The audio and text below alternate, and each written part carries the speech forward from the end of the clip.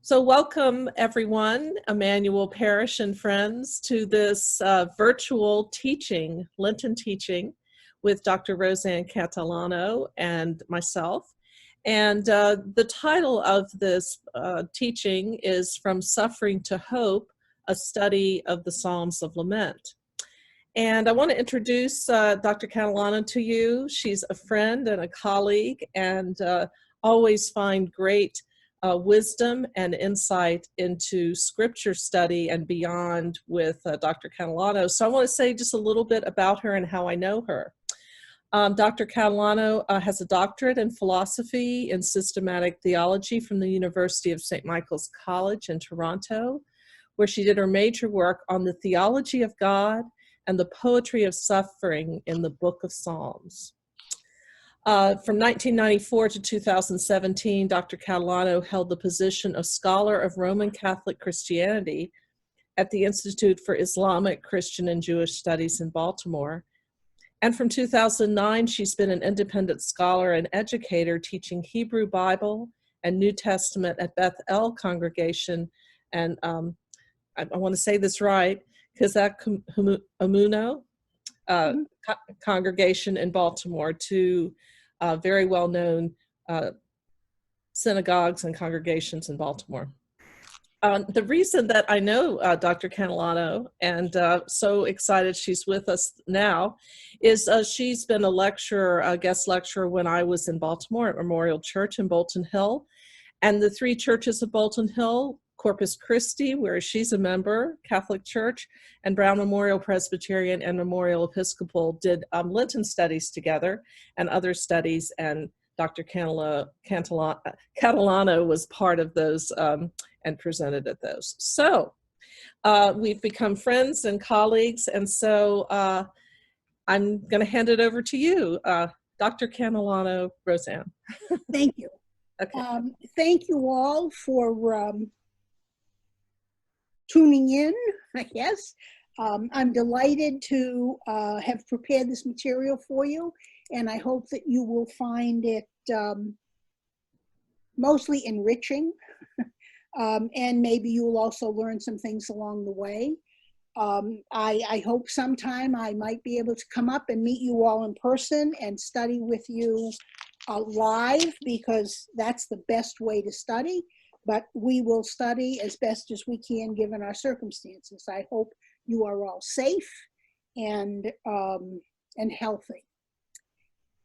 So Martha has asked me to introduce to you the literature of lament that is found in the Hebrew Bible. It is essentially literature that is poetry, found mostly in the Psalms. And it really is quite extraordinary literature. And it has embedded in it a number of really important and I think profound insights about the way the ancient Israelite community understood prayer, understood their relationship to God, and understood what it meant to be a person of faith in the midst of pain and suffering and distress, and what one does in that circumstance. One of the reasons, I mean, the material is interesting on its own, but it's interesting yet again because the writers of the Gospels, as you know, the earliest community of the followers of Jesus were all Jews, as was Jesus. And so the prayers of lament, the book of Psalms in general, were their scriptures. There was, of course, no New Testament, right? So their scriptures was the Hebrew Bible. And when the writers of the Gospels decided to commit into writing the oral traditions about Jesus, all of this material was very present to them.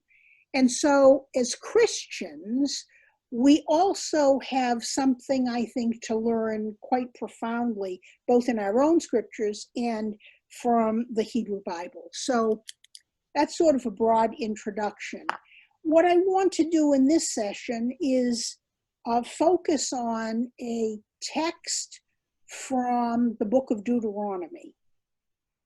And the reason I want to study that with you in this session is because it plays a very important role in understanding the way in which the entire of the Hebrew Bible understands the relationship between themselves and their God.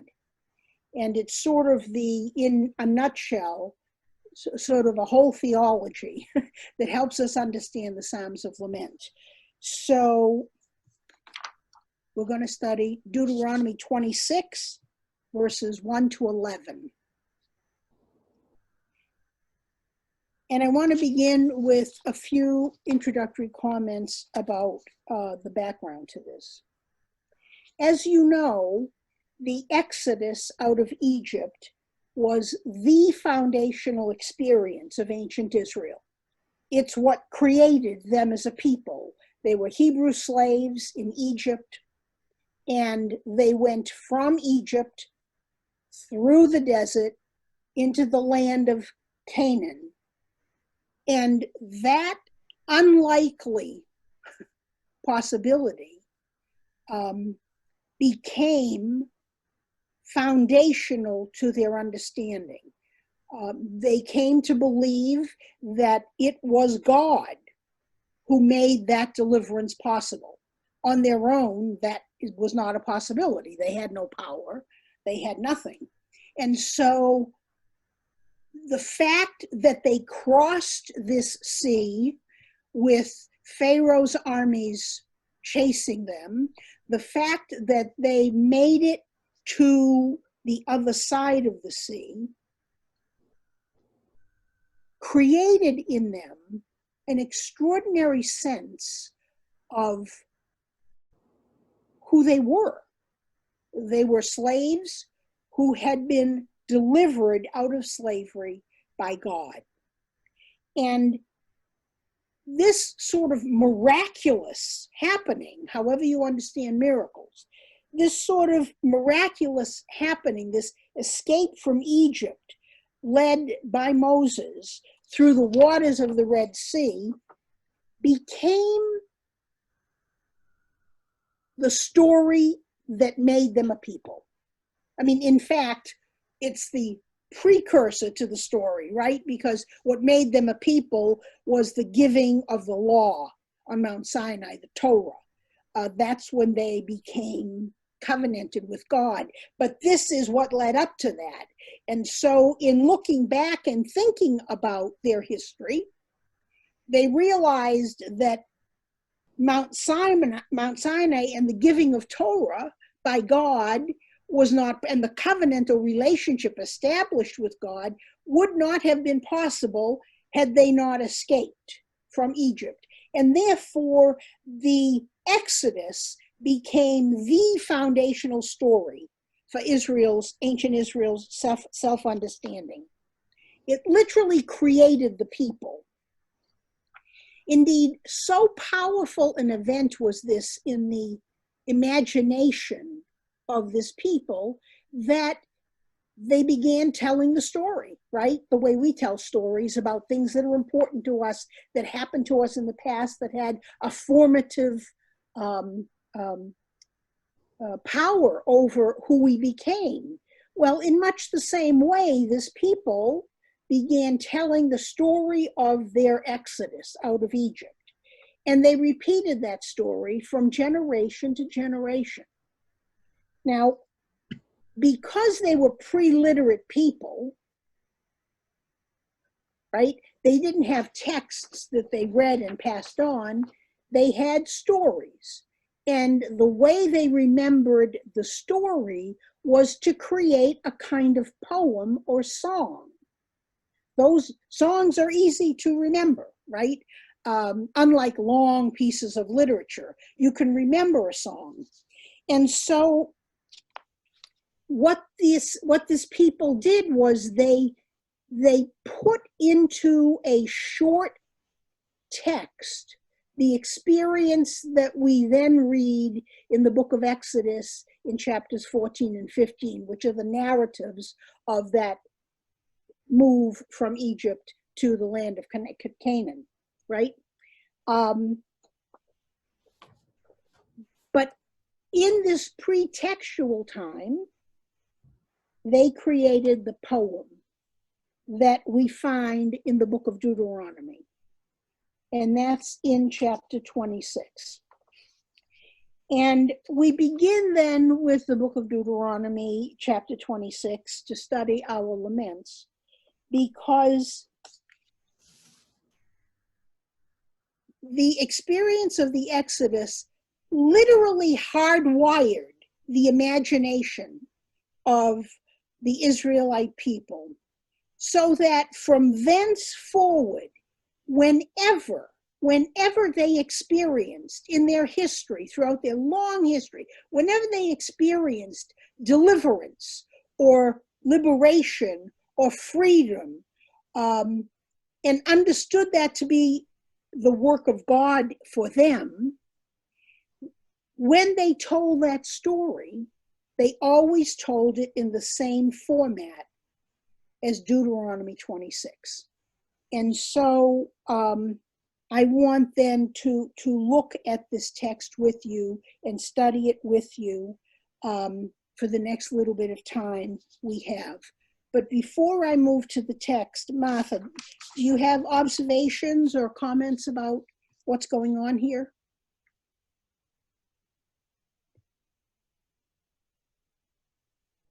Okay.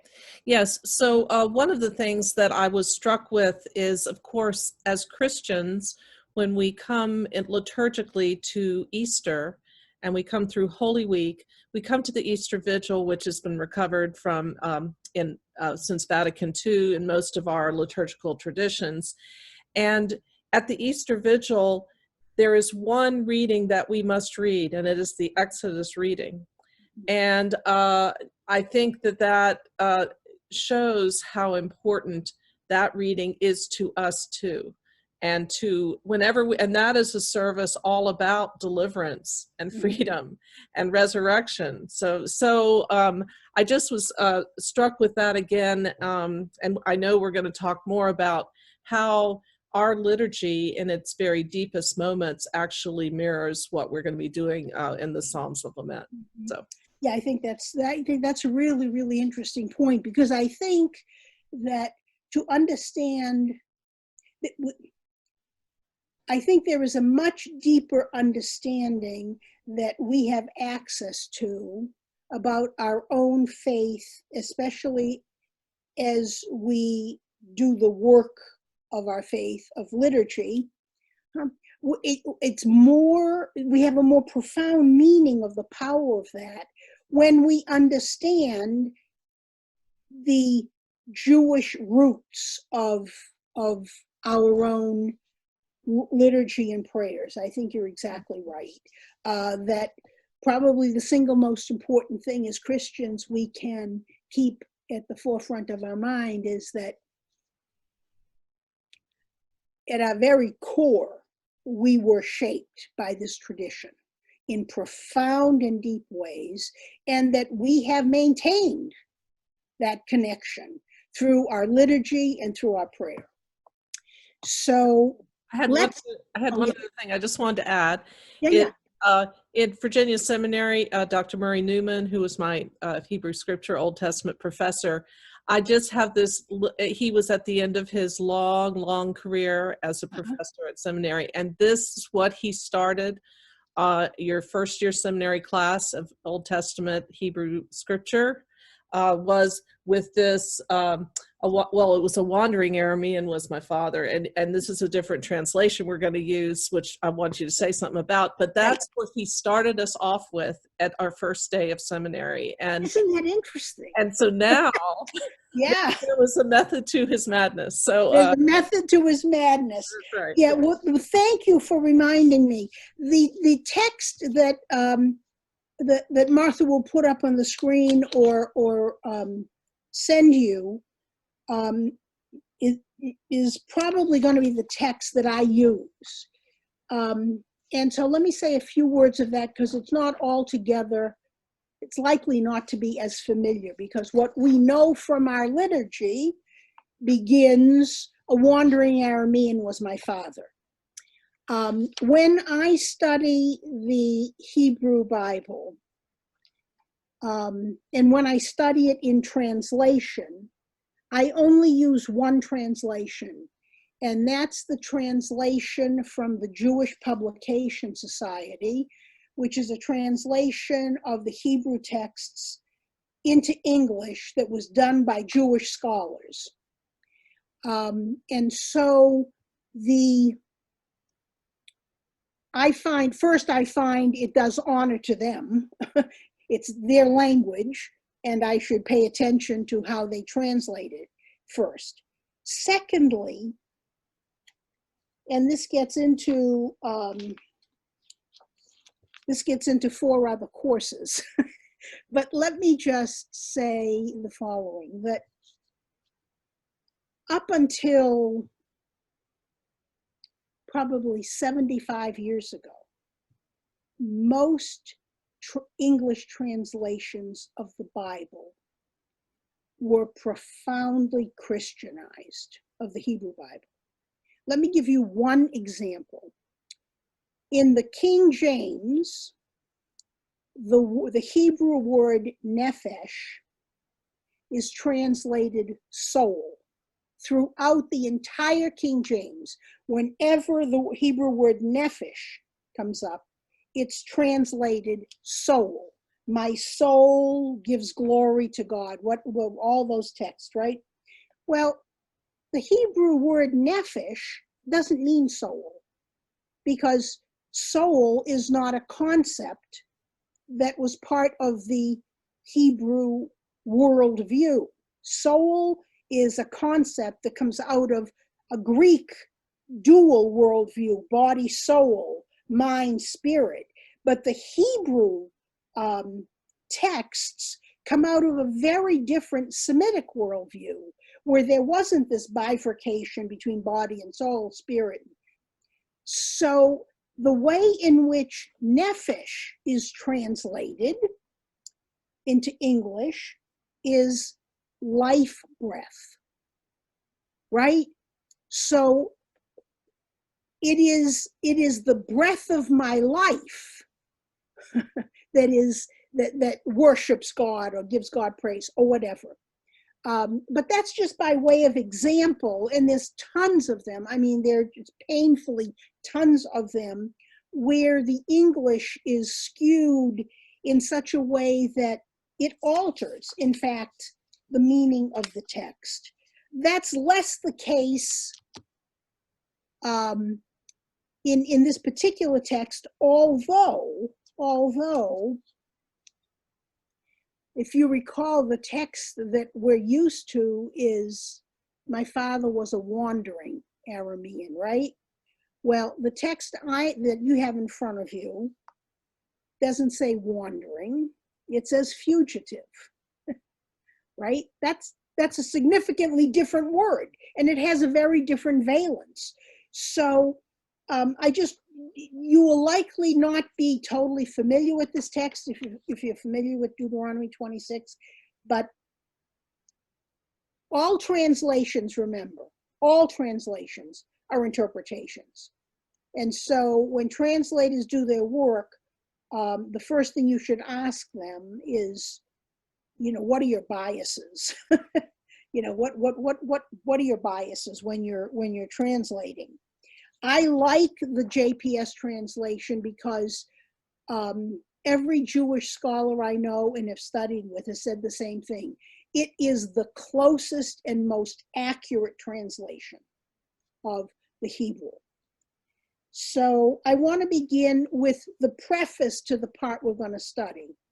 And the preface is in verses 1 through 4. I want to read them and then comment on them before we look at the text itself. So Deuteronomy 1 begins, when you enter the land. So the context for this is the Hebrew slaves are not yet into the land of Canaan, And Moses is giving them a long discourse, chapters and chapters and chapters of a discourse about how they are to comport themselves as a people who are freed by God in this new land that God is going to give them. And so it's a long, this section out of which Deuteronomy 26 comes is a long instruction by Moses to the people, how they are to be a people of God. And this particular section begins, so when you enter the land that the Lord your God is giving you as a heritage, and when you possess it and settle in it, here's what you have to do. That's not in the text, I made that up. But this is the point, right? Here's what you have to do. Once you get there, this is what you have to do. You shall take some of every first fruit of the soil which you harvest from the land that the Lord your God is giving you. Like, don't ever forget, right? That the land is yours because the Lord your God is giving you. If you look at the text, you will see that phrase, the Lord your God is giving you, repeated over and over again, lest you forget and think you're in this land by any reason of your own goodness. You're there because God loved you and God saved you. God delivered you from Egypt and gave you this, not out of merit, out of love.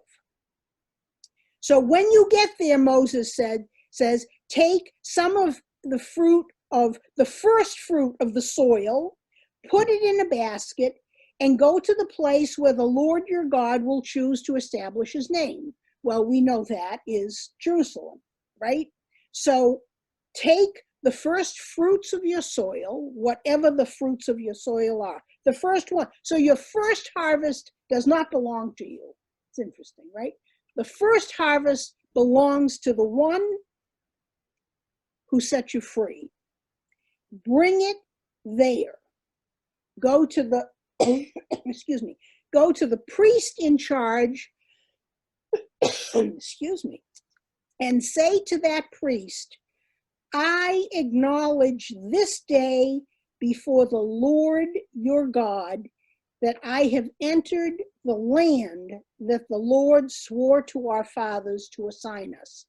So notice that phrase, the Lord swore to our fathers. So it's just not the first generation that goes into the land who has to do this, but every generation.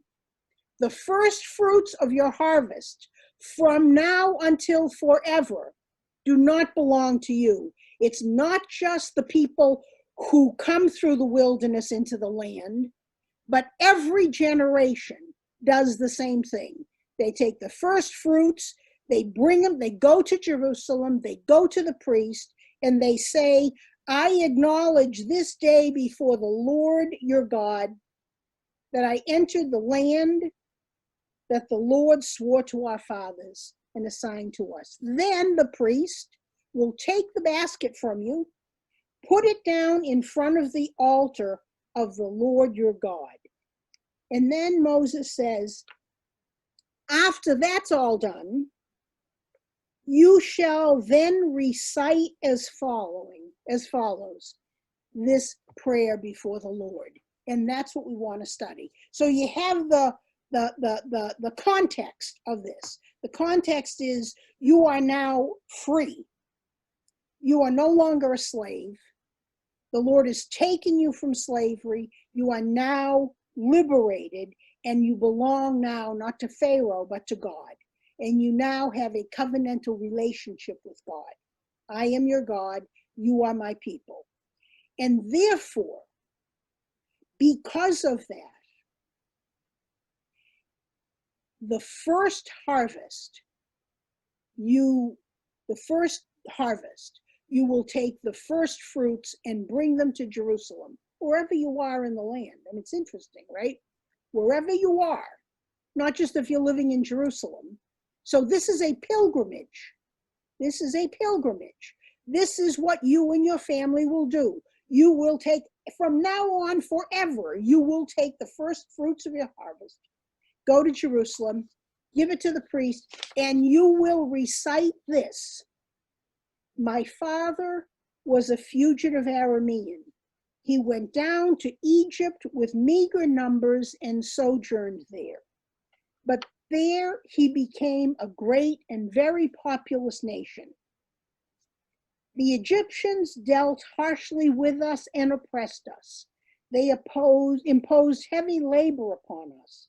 We cried to the Lord, the God of our fathers, and the Lord heard our plea and saw our plight, our misery, and our oppression. The Lord freed us from Egypt by a mighty hand, by an outstretched arm and awesome power, and by signs and portents. He brought us to this place and gave us this land, a land flowing with milk and honey. Wherefore I now bring the first fruits of the soil which you, O Lord, have given me. That's what you're supposed to say. And then Moses says, you shall leave it before the Lord your God and bow low before the Lord your God, and you shall enjoy, together with the Levite and the stranger in your midst, all the bounty that the Lord your God has bestowed upon you and your household. So it's a great and beautiful text. So now what I want to do is I want to study the text line by line or parse it out. And if you have it on a piece of paper, here's my piece of paper. If you have it on a piece of paper, you can underline when I say underline, or else pay attention if you're looking at it on the screen. Okay, so this is what you're going to recite. My father was a fugitive Aramean. He was down in Egypt. There weren't very many of them. They were down there for a while, and then they became a big nation. Beginning with verse 6, here is the story of ancient Israel. The Egyptians dealt harshly with us and oppressed us. They imposed heavy labor upon us.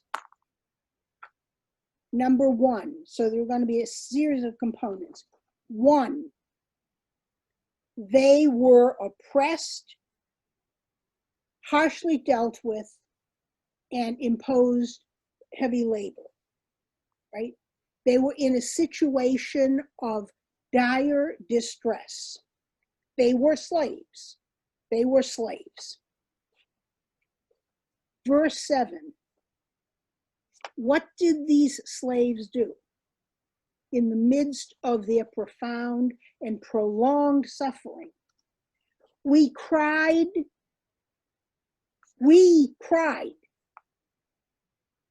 to the Lord. And I want to stop here for a minute, right? To say we cried out is one thing. To say we cried out to the Lord is something very different. Why is that? Because to cry to the Lord is what's called directed speech, right? You have someone to whom you are directing your cry. You're not just crying in thin air to kind of unburden yourself of your pain. No, that's not what they're doing. And that becomes a really, really important point in how ancient Israelite understood themselves in the midst of suffering. So the first thing to learn here is in a situation of dire distress and pain and oppressive labor and suffering beyond words, they cried out to God, the God of their fathers. And what happened? The Lord heard. We cried, and the Lord heard our plea. The Lord saw our plight, our misery, and our oppression. So I want you to pay attention to the movement of this prayer, of this story. We were in dire straits. We were in profound suffering. We cried to God. God heard, and God saw. And then in verse 8, God freed us from Egypt by a mighty hand and an outstretched arm. He freed us from Egypt. He brought us to this place So that's an important moment to stop on, right? What does the Lord do? He takes them out of Egypt and brings them into the land. Excuse me. Now, there's something profoundly important right here that I want to stop on. And it has to do with this insight that when God liberates us from our pain, from our suffering, from our sin, God always takes us someplace. It isn't just a matter of being free. The kind of freedom that is the freedom God offers is a directed freedom. Out of Egypt into Canaan, out of slavery into freedom. And that into carries with it certain responsibilities, right? And that's the story of ancient Israel. It's the early Christian story. It's our story. God did not free us so that we could just run around and be free. God freed us to be a light to the nation. God freed us to be a healing presence in the world. We are obligated, in other words, we are obligated to be a certain kind of people, to behave in the world in a certain kind of way, because God took us out of and brought us into. And that, by the way, is the same arc as Martha rightly pointed out, of what we should experience at Easter, right? Easter isn't just about remembering what God did in Jesus, but what God does for us and offers us every day of our lives to move us from the things that hold us back to be whole, to do the things that we can be and do if we are free to be in the image and likeness of God. So that's what a resurrected person is, right? I mean, a resurrected person, you and me, if we are baptized, that's precisely what our mandate is. We haven't just been baptized, we've been baptized to be a certain kind of people, to behave in the world in a certain kind of way. Feed the hungry, right? Clothe the naked, visit the sick, bury the dead, take care of the widow and the orphan, be compassionate, be kind to those who do not have. All those things are embedded in this little line. God took you out and brought you in, and he gave you something. And therefore, you have to bring your first fruits. So the movement I want you to hold on to, which is essential in understanding the Psalms of Lament, is this movement. A person or a people who are in excruciating pain or suffering or oppression, who cry out for God's help. I want to pause here because of everything, this is probably for me the single most important teaching in this literature. We are to cry out in our pain. We are to speak about the pain that is breaking us. We are not to suffer in silence. That's not the way in which our tradition teaches us. There is nothing noble about suffering in silence. Indeed, I will argue over and over again, and you will hear me argue over and over again, that there is a profound link between the cry and God's deliverance, right? Notice the progression. I'm in dire straits, I cry, God hears, God sees. Now, I suppose you could ask me, well, suppose I didn't say anything. Would God still hear and see? I don't know the answer to that question. But what I can tell you is this, that what our tradition teaches us is that we are not meant to be silent in our worst plight and pain. We are meant to speak honestly, and we will see that in the Psalms when we study them, honestly about how it is with us when we are broken. Because God hears the cry of the poor. That's the tradition. So I don't know if God would anyway, but I ain't taking my chances because the tradition tells us that God heard. Now, God heard, and interestingly, if God hears, God will act. That's what the text says. Now, how God will act, when God will act, is a whole other series of questions that maybe we will get to later in our classes.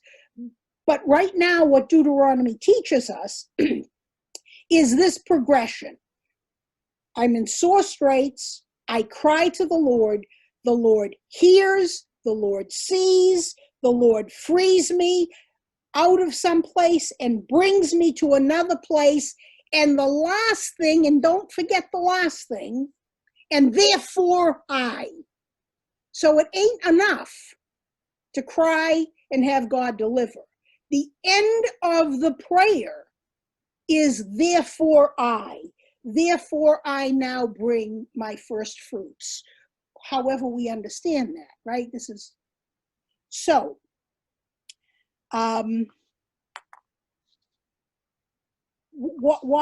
is this? Why am I spending all this time on this prayer? Well, first, because it's a terrific text, and if we do nothing else, you should love this text just because it's so rich, right? It's so rich for our own prayer life.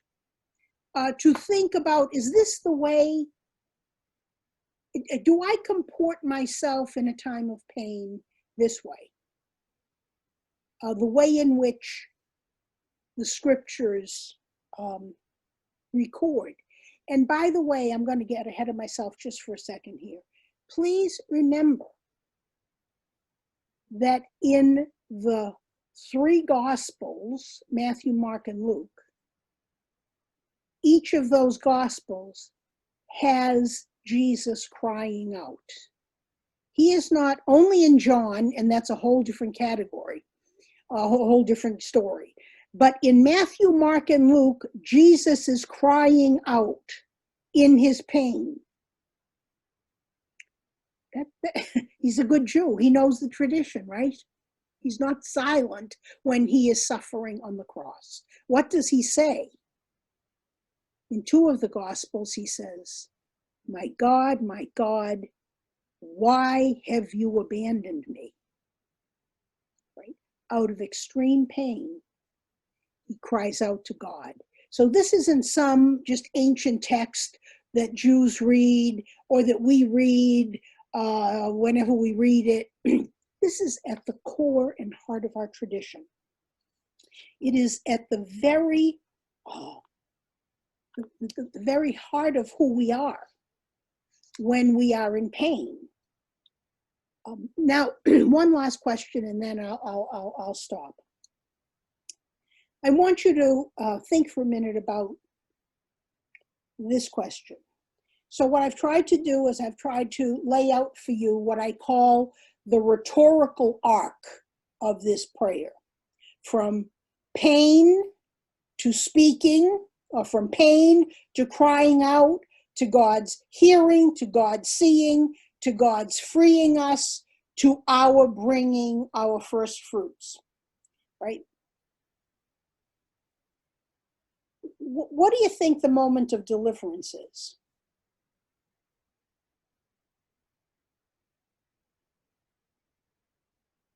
Think about that for a minute. If I said to you, in that arc, what is the deliverance? What would you say? Well, let me tell you what I would say.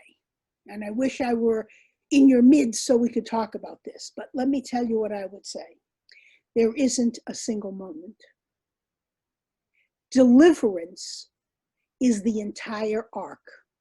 That each of these components is absolutely essential. Without the cry, God can't hear.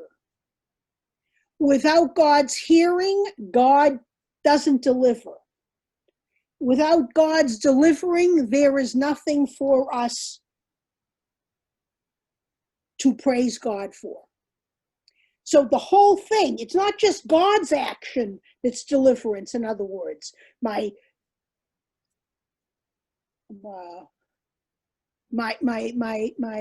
press to you is to think more broadly about the notion of deliverance. That it isn't simply, though it's a big deal, it isn't simply what God does. We participate in that deliverance by crying out, by saying, God help me. God help me, I am in need. As the psalm says, the waters are up to my neck. How long, O Lord? How long? It is that cry that is absolutely essential for the whole rest of the thing to happen. At least as the Hebrew Bible talks about it, and the way in which the Gospels record it. One could have some kind of argument that's not related to the text. I don't have those. I stay very close to the text. So, in conclusion, it is this arc from pain to praise, from suffering to praise, from hurt to hope, whatever words you want to use, from lament to praise, whatever words you want to use. It is this arc that is the arc of deliverance that defines our covenantal relationship with God. Each of those components is essential for the next component. I think I want to stop there, and Martha, let's have a little bit of a conversation about what struck you or what questions you have about this, what insights, more importantly. Well, I have two thoughts with that.